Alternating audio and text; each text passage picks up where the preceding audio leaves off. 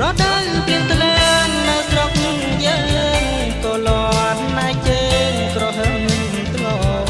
រដូវព្រៀងត្លើងនៅស្រុកយើងក៏លាន់ណាជើងក្រហមធ្ងោមេឃខ្មៅត្រជាក់ក្លៀងជុំណោទីទុយមានធ្ងោជ្រេជ្រាត្រី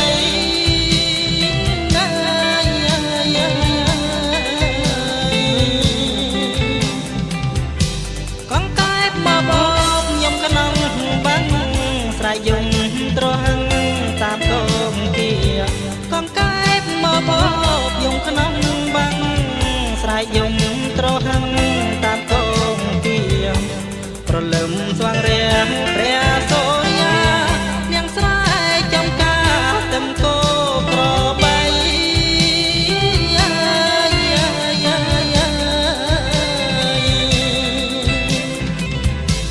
នឹកឡើងសែនស្ដាយអនុស្សាវរីយ៍កាលយើងទាំងពីរនៅក្មេងវ័យ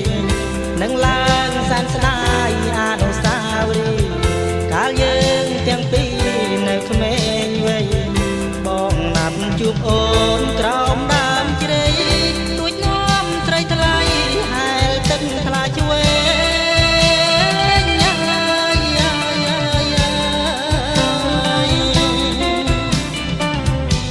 ស្រណងទួលពោក្បែរបាំងព្រៃបងនាំនំស្រីជីងទូងលេងស្រណងទួលពោក្បែរបាំងព្រៃបងនាំនំស្រីជីងទូងលេងតកក្រៀលក្រសា